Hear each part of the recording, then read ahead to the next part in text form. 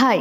তো আজকের দিনটার জন্য আমি অনেক দিন ধরে অপেক্ষা করছি। হ্যাঁ, ঠিকই, অনেক দিন ধরে অপেক্ষা করছি। আর কেন অপেক্ষা করছিলাম সেটা আপনি ভিডিওটা একটুখানি হোক তাহলেই বুঝতে পারবে। এটা আমি বুঝতে পারি না যে আমি লোকজনের সামনে কেন ভিডিও করতে পারি না। এত অকওয়ার্ড ফিল হয় আমার, ভয়েস দেওয়া তো ভাই ভুলেই যাই, জাস্ট ভিডিওটাই আমি এত লুকিয়ে লুকিয়ে করি যেন আমি কোনো চুরি করতে গেছি। জানি না আমি এটা কবে শিখবো ভাই, কবে শিখবো আর কী বলবো। 2024টা হুশ করে কেটে গেল, 2025 আসতে যাচ্ছে আর আমি এখনও নিজেকে রেডি করতে পারছি না এটার জন্য। বাট আমি রিয়েলি মন থেকে চাই যে আমি করি, ভালোভাবে কিছু করতে পারি, একটু চেষ্টা করি, বাট হয় না, কি আর করবো, পারি না। তো ফাইনালি হচ্ছে যেটার জন্য এক্সাইটেড সেটা হচ্ছে এই জিনিসটা।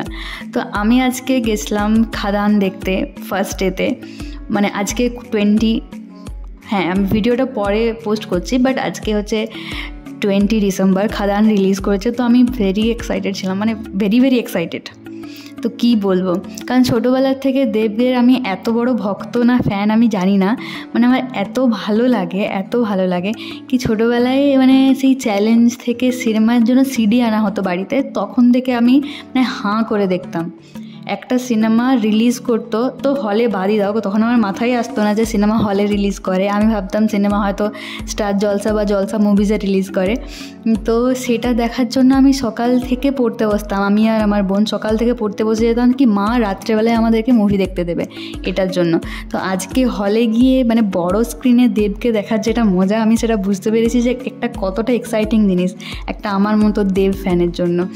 তো আমি একটুখানি লেটে পৌঁছেছিলাম, 20 মিনিট 30 মিনিট লেটে পৌঁছেছিলাম, তো তাও কোনো ব্যাপার না, কারণ দেবকে দেখার যেটা মজা সেটা আমি 20 মিনিট আমি পরে দেখে নেবো যেখান থেকে রিলিজ হবে। বাট সিরিয়াসলি আমার ছোটোবেলার একটা ড্রিম বলতে পারো যেটা কমপ্লিট হয়েছে।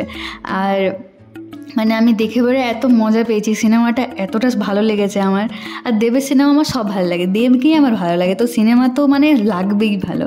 তো আবার আমি পপকর্ন কিনতে গিয়েও দেখছি, আবার ইন্টারভ্যালের পরেও সিনেমাটা স্টার্ট হয়ে গেছে। আমি কি বলবো, আমি এত এক্সাইটেড যে আমি সিনেমা দেখার থেকে আর যেখানে পপকর্ন কিনতে গেছি বাইরে হলেতে, সেখানেও দেখছি চারদিকে দেবের গানই চলছে। আমি পুরো দিনটা পুরো দেব হয়ে গেছিলো আর কি, ম্যাটারটা এতটা। আর সিনেমাটা আমার খুবই ভালো লেগেছে স্যার, সেটা দেখে আমি জাস্ট অবাক। ছোটোবেলায় ভাবতাম যে আমি কোনোদিন দেবকে হয়তো সামনে থেকে দেখতে পাবো না, বাট এই বছর একটা এত ভালো বছর, আমি দেবকে সামনে থেকে দেখেছি। দেবের সিনেমা আমি বড় স্ক্রিনে দেখছি, ভাবা যায় কত কিছু করে নিয়েছি ভাই। 2024টা শেষ হতে গেল, 2024-এ আমি অনেক কিছু করে নিয়েছি, obviously I achieve so many things. তো 2025-এও আমি ভাবছি দেবের সিনেমা যখনই ফার্স্ট রিলিজ করবে আমি হলে দেখতে আসবো, কারণ হলে দেখার যেটা মজা সেটা তো বাইরে গেলে পাবো না, তাই না? তো মুভিটা বেসিক্যালি ছিল খুবই সুন্দর, তো যেটার জন্য আমি এতদিন ধরে ওয়েট করছিলাম যে আমি হলে গিয়ে দেখবো, প্ল্যানটা হবে কি না, আমার ডিউটি থেকে আমি ছুটি পাবো কি না। তাও আমার দেখা হয়েছে, সেটার জন্য আমি খুবই হ্যাপি। তো লাস্ট অবধি লাস্টের গান অবধি আমি হাঁ করে তাকিয়ে তাকিয়ে দেখছিলাম, জাস্ট এত ভালো লাগছিলো। তো তারপর মুভি হয়ে যায় শেষ অ্যান্ড আমরা বেরিয়ে পড়ি। তো হলের এই জায়গাটা থেকে ভিউটাও খুব সুন্দর লাগছিল। 1 ঘন্টা লেটে এসে সিনেমা দেখা কমপ্লিট, 150 টাকার টিকিট, 1.5 ঘন্টা মুভি দেখেছি আমি, সেরা এনজয়।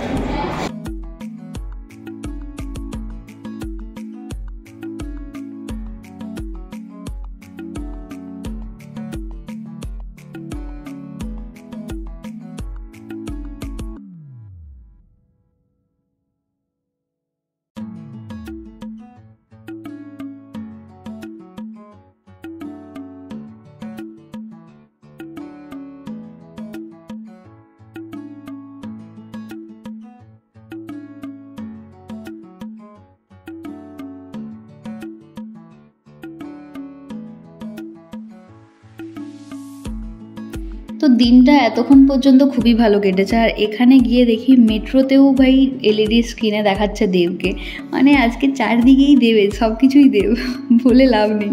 তো এরপর ঝটফট করে হস্টেলে যাই, হস্টেলে গিয়ে ফ্রেশ হয়ে রেস্ট নিয়ে আবার যেতে হবে নাইট ডিউটি।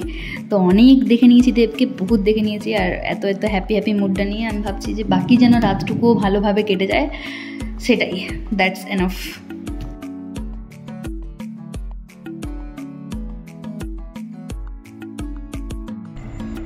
ভাই মুভি দেখা কমপ্লিট, আবার নর্মাল লাইফ।